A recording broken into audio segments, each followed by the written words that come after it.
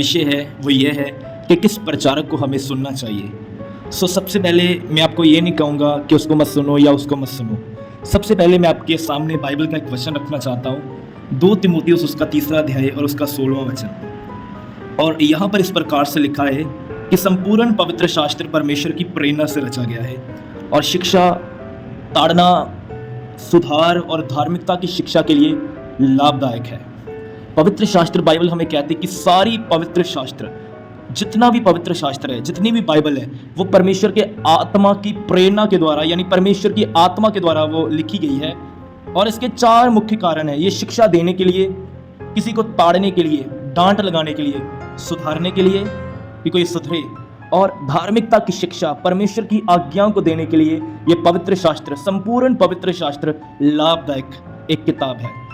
मैं आपको बोलना चाहता हूँ, इस जीवन में, जबकि हम मसीही जीवन में चल रहे हैं, हमें सबसे अधिक, सबसे ज़्यादा और सबसे महत्वपूर्ण जिस चीज़ को सुनना है वो परमेश्वर का वचन है।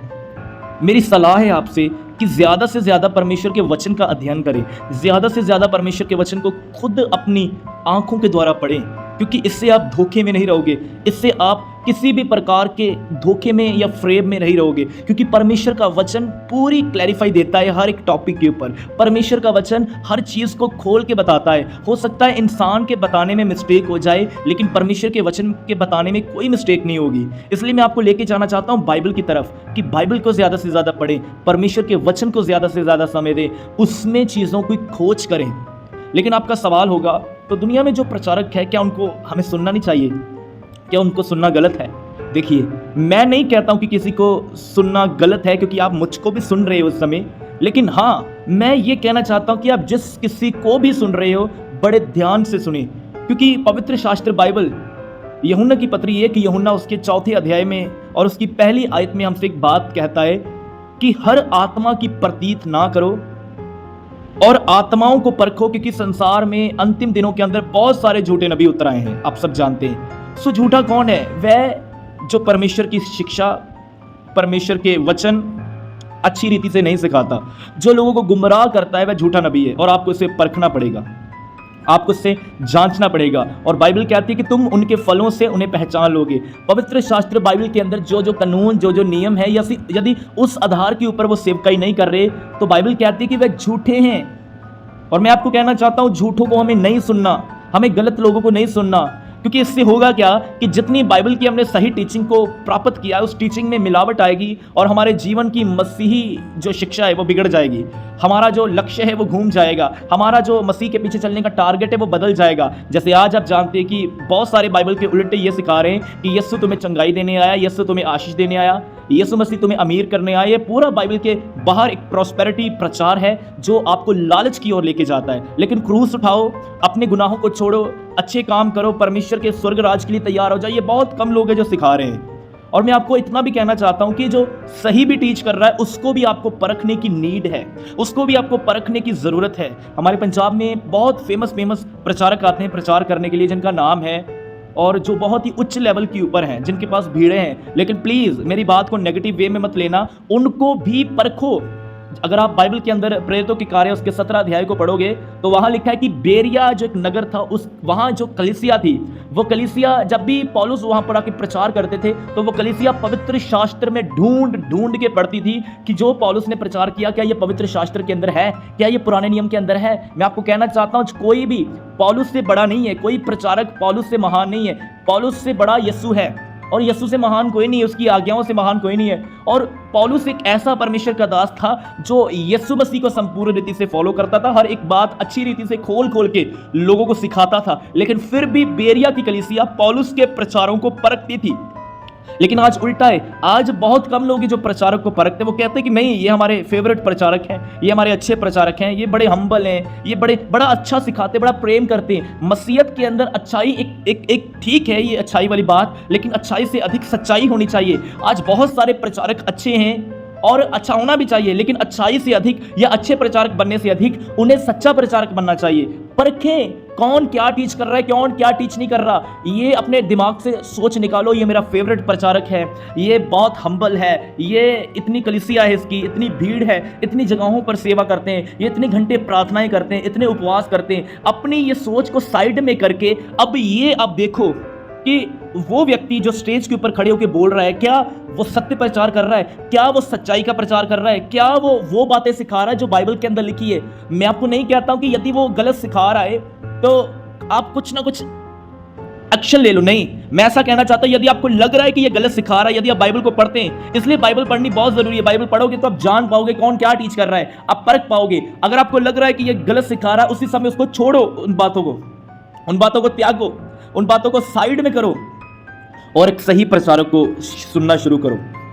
ज्यादा कुछ सुनोगे तो आप में गड़बड़ी आएगी। कोई कहता है कि प्रभु बोझ ऑनलाइन ले लो, कोई कहता है कि अन्य भाषा नहीं होती, कोई कहता है कि सारा अबीमेलेक के घर में गई और पवित्र आत्मा के द्वारा उसका जन्म हो गया। बेबुनियादी बातें हैं, ये गलत बातें हैं और इन बातों से बचना आपका फर्ज है।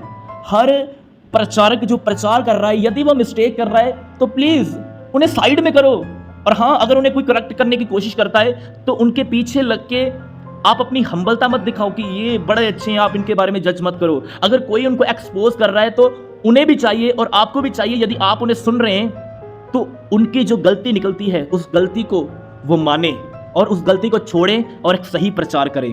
लेकिन आज उल्टा है, आज अगर किसी को एक्सपोज करो तो वो आप पर केस करवा देंगे, आप पर ये कर देंगे। ये सारी गुंडागर्दी वाली बातें हैं, ठीक है ना।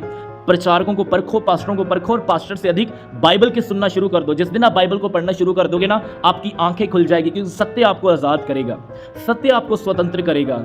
आज कोई कुछ भी कह रहा है, जैसे IJKL से तुम्हारी गवर्नमेंट जॉब लगने जा रही है, तुम्हें वीज़ा मिलने जा रहा है, तुम्हें टीवी, फ्रिज, बंगला, ये सब कुछ मिलने जा रहा है, तुम 7 बार आमीन बोलोगे तो बरकत तुम्हारी है, ऊंचा आमीन तो छोटा, ये सब क्या है। और मैं हैरान होता हूँ कि जब ये ऐसी वीडियोज़ सोशल मीडिया के ऊपर आते तो लोग नीचे कमेंट डालते हैं आमीन, हालेलुया, प्रेज द लॉर्ड। बिना सोचे समझे किसी के नीचे भी आमीन, हालेलुया, प्रेज द लॉर्ड लिख देते हो। अब कुछ लोग मुझे कहेंगे डोंट जज देम, उन्हें दोष मत लगाओ। भाई मैं दोष नहीं लगा रहा हूँ, ये सत्य बताना है। आपको पता है किसी का न्याय करना क्या है, किसी को सजा सुना देना। मैं किसी के ऊपर सजा नहीं सुना रहा हूँ, मैं सत्य बता रहा हूँ। और सत्य बताना और सत्य जानना बहुत ज़रूरी है, क्योंकि यीशु ने कहा तुम सत्य को जानोगे और सत्य तुम्हें स्वतंत्र करेगा। कुछ लोग कहते हैं कि ये मत करो और कुछ लोग कहते हैं कि ये करो। जैसे अन्य लोगों में होता है कि ये हो गया तो पता नहीं क्या क्या करते हैं। कुछ लोग जादूगरी स्टेज के ऊपर खड़े होकर करते, तेरे घर में आ रहा हूँ, मैं काले रंग का गेट देख रहा हूँ, मैं तुझे देख रहा हूँ, तेरी पत्थरियाँ जा रही हैं, तेरे स्टोन जा रहे हैं। अरे ये सब सारी बातें जो आप सुनते हो, क्या आप कभी परखते हैं इन बातों को? ये सारी जादूगरी वाली बातें हैं, ये सारी जादू तंत्र मंत्र वाली बातें हैं। JKLM से तुम्हारी गवर्नमेंट जॉब लग जाएगी। मैं आपको कहना चाहता हूँ, मेहनत करो, प्रभु अनुग्रह देगा। अक्षर चाहे कोई भी हो, नाम चाहे कोई भी हो, खुदा जॉब दिलवाएगा। और अगर उसकी मर्जी नहीं है तो नहीं मिलेगी। ये इन चक्रों में पड़ने की, ये बाबाओं वाला काम है, ये तंत्रों मंत्रों, ये तांत्रिकों वाला काम है। इन चक्करों में मत पड़ो। और प्लीज़ अगर मैं ऐसा कह रहा हूँ तो मुझे ऐसा मत कहना कि आप दोष मत लगाओ, ये दोष लगाना नहीं है। अगर आपको मैं इस सच्चाई से वाकिफ नहीं करवाऊंगा तो आप कैसे बाहर आओगे? लिखा एक अंधा अंधे को गड्ढे में गिराएगा, क्योंकि अंधा अंधे को मार्ग नहीं दिखा सकता। आज अगर आप ऐसे अंधों को फॉलो कर रहे हो, ऐसे अंधे प्रचारकों को, अंधे पापा डैडियों को, अंधे प्रॉफिटों को फॉलो कर रहे हो, तो मैं आपको कहना चाहता हूं आप अंधभक्ति कर रहे हो। आप अंधभक्त होके उनके पीछे जा रहे हो। आपको जरूरत है लाउदीकिया की कलीसिया की तरह वो सुरमे को प्राप्त करने की, जिससे आप देखने लग पड़ो। परमेश्वर का वचन आपकी आंखों को खोलता है। बाइबल कहती है कि तेरे वचन के खुलने से प्रकाश होता है। सो उसके कलाम को फॉलो करें, उसके वचन को पढ़ें, उसको समा दें। इन जैसी बातों को समा देने से अच्छा है परमेश्वर के वचन को टाइम दे, जो आज बहुत सारे अधिकतर मसीही नहीं दे रहे। बड़ी बड़ी मीटिंग्स में भी जाना, बड़ी बड़ी कन्वेंशन में जाना, बड़े बड़े क्रूसेड्स में जाना अच्छा लगता है, भीड़ों को देखकर नाचना गाना। वचन को क्यों नहीं पढ़ते? उसको फॉलो क्यों नहीं करते? उसकी स्टडी क्यों नहीं करते? बरकतों को पाने के लिए 40-40 उपवास रख सकते हो, हैं? बरकतों को पाने के लिए 21-21 उपवास रख सकते हो, हर प्रकार का काम कर सकते हो सफल होने के लिए, लेकिन सत्य को जानने के लिए बाइबल नहीं पढ़ सकते। सच्चाई से वाकिफ होने के लिए कलाम नहीं स्टडी कर सकते ये लोग। और कुछ लोग बहाना लगाते हैं मैं पढ़ना नहीं आता। सुनना तो आता है ना, सुनना भी सीखो उन प्रचारकों को जो सत्य प्रचार करते हैं, जो आपको सही मार्ग के ऊपर लेके आते हैं। हमारे YouTube में ढेरों प्रचारक हैं, जिसको भी आप खोलो आपको बहुत सारे प्रचारक मिल जाएंगे जिन्होंने अलग अलग विषयों के ऊपर बात की है, अलग अलग टॉपिक के ऊपर बात की है। मैं आपको कहना चाहता हूँ मैं पर्टिकुलरली मैं एक प्रचारक को सदैव नहीं सुनता हूँ। अगर हर एक को मैं सुनता हूँ तो मैं उन्हें परखता हूँ, जो कोई भी अगर आ जाए तो मैं उनको सुनता है। वैसे तो मैं बाइबल को ज़्यादा सुनता हूँ, जो बाइबल कहती है मैं वो करता हूँ। मैं किसी के पीछे लग के किसी का फॉलोवर नहीं बना हूँ, मैं किसी को फॉलो नहीं कर रहा हूँ। मैंने बाइबल को फॉलो करना ज़्यादा सीखा है। और मैं आपको सच कहता हूँ, प्रभु के दास जैक पूनन, सबने नाम सुना है, जैक पूनन बड़े अच्छे प्रचारक हैं, बहुत सच्चाई का प्रचार करते हैं, बहुत सत्य प्रचार करते हैं।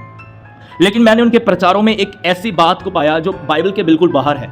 और अब मैंने ये डिसीजन लिया है कि वो ठीक है, अच्छा प्रचार करते हैं, लोग उनको सुने, लेकिन उनसे भी अधिक हमें बाइबल को सुनने की नीड है। क्योंकि उन्होंने प्रचार किया कि रैप्चर नहीं होगा मसीहों का, मसीह लोग महाकलेश से होकर गुजरेंगे, जबकि ये बात बिल्कुल झूठ है। जो सच्चे मसीह हैं वो गुप्त आमद में उठा लिए जाएंगे, लेकिन वो कहते हैं कि मसीही लोग कलेश से, महाकलेश से होकर गुजरेंगे। सो इस बात के ऊपर आपको यकीन नहीं करना, क्योंकि बाइबल इस बात को प्रूफ नहीं करती है। बाइबल कहती है कि हम आंख जैसे हम ब्लिंक करते, वैसे ही बाइबल कहती है कि वो आएगा और गुप्त रीति से सबको ले जाएगा। दो लोग चक्की पीसते होंगे, उठा लिया जाएगा और एक रह जाएगा। ये बाइबल से हमें प्रूफ मिलता है। सो प्लीज हर किसी को सुनने की नीड नहीं है, उनको सुने जो बाइबल का प्रचार करते हैं। जैक पूनन अच्छे हैं, बहुत सच्चाई का प्रचार करते हैं, लेकिन इस बात से मैं एग्री नहीं हूँ, इस बात से मैं सहमत नहीं हूँ। हमें उस बात से सहमत होना है जो बाइबल के अंदर लिखी है। इसी प्रकार और भी आज के जो यूथ फेमस प्रचारक हैं, उनकी बातों को सुनकर उन्हें फॉलो मत करो, उन्हें फॉलो मत करो। मुझे तो समझ नहीं आता, लोग आज फोटोज निकालते हैं और कहते हैं कि हमें इनके साथ खाना खाने का मौका मिला, देखो देखो ये हमें खाना खाने का मौका मिला, ये हमारे घर में आए। अरे ये सारी बातों को साइड में करके परमेश्वर के वचन को ऑनर दो। और आज मैं बड़े दुख के साथ कहना चाहता हूं कि मसीही लोग वचनों को पढ़ना पसंद नहीं करते, वो यूट्यूब से प्रचारक को पढ़ना पसंद करेंगे। हमने सुन लिया। सुनना प्रचारकों को जरूरी नहीं है, जरूरी है कि आप परमेश्वर के वचन को पढ़ो, जिससे आप धोखे में न रहो, जिससे आप पवित्रता में चलो, जिससे आप सिद्ध बनो। क्योंकि आज बहुत सारे बुनियादी बातें भी सिखा रहे हैं, लेकिन सिद्धता की ओर नहीं लेके जा रहे, इंकरेजमेंट कर रहे हैं, बस पापियों को मोटिवेट कर रहे हैं। ये सारी चीजें अनबिब्लिकल हैं। आप परमेश्वर के वचन को पढ़ो, वो आपको उत्साहित करेगा, क्योंकि वो बात करता है कलाम। जब धनवान नरक में गया तो धनवान ने कहा किसी को भेज कि वो मेरे भाइयों को जाके बताएं। तब अब्राहम ने कहा उनके पास मूसा और भविष्यवक्ताओं की पुस्तकें हैं, वो उन्हें पढ़ें, उन्हें पता चल जाएगा। आज लोगों की बाइबलें धूल खाती हैं, मिट्टी में पड़ी रहती है, उनके ऊपर धूल जमी होती है, उन्हें कोई परवाह नहीं होती परमेश्वर के वचन की, इधर उधर बस पड़ी रहती है। बड़ा दुख लगता है कि ऐसे लोग जिनके पेजेस अभी तक न्यू है, खुले भी नहीं, कुछ भी नहीं है। सो अच्छा नहीं लगता। प्लीज परमेश्वर के वचन की डिसरिस्पेक्ट ना करें, उसे उठाएं और उसे पढ़ें, आपको बहुत मजा आएगा। बाइबल बोरिंग नहीं है, बाइबल एक लव स्टोरी है परमेश्वर और मनुष्य के बीच में। बाइबल में बहुत सारे ऐसी बातें हैं जिन्हें पढ़ के बड़े बड़े अच्छे प्रकाशन मिलते हैं। जब आप पढ़ोगे ना, आपको बहुत मजा आएगा। मैं आपको कहना चाहता हूं, जो प्रचारकों के द्वारा मन्ना मिलता है वह सेकंड हैंड मन्ना है, लेकिन जब आप बाइबल पढ़ के परमेश्वर से पाओगे, वो फर्स्ट हैंड मन्ना बनेगा। डायरेक्ट परमेश्वर से आने वाली आवाज है, जिसमें बहुत मजा आए। आखिरी एक बात बताना चाहता हूं, यदि आपके चर्च के प्रचारक अच्छे हैं, आप उन्हें सुने और अपनी बाइबल पढ़ें। और अगर आप YouTube को किसी को सुनते हो तो प्लीज हर बात के ऊपर यकीन मत करो, उन बातों को परखो, जो बुरी है छोड़ दो, और झूठों को तो बिल्कुल फॉलो ना करो। अगर कोई उन्हें एक्सपोज कर रहा है तो उन्हें जज मत करो, क्योंकि आप भी उन्हें ऐसे कह के फिर जज कर रहे हो। समझ में आई बात? आखिर में एक प्रचारक के विषय में मैं आपको बताऊंगा कि हम किसको सुन सकते हैं, क्योंकि उनकी जिंदगी पूरी बाइबल की रीति पर है, पूरी बाइबल की तरह है, और वो according to word of God चले थे और वो एक प्रेरित थे। मैं आपको अगले पार्ट में उसके विषय में बताऊंगा।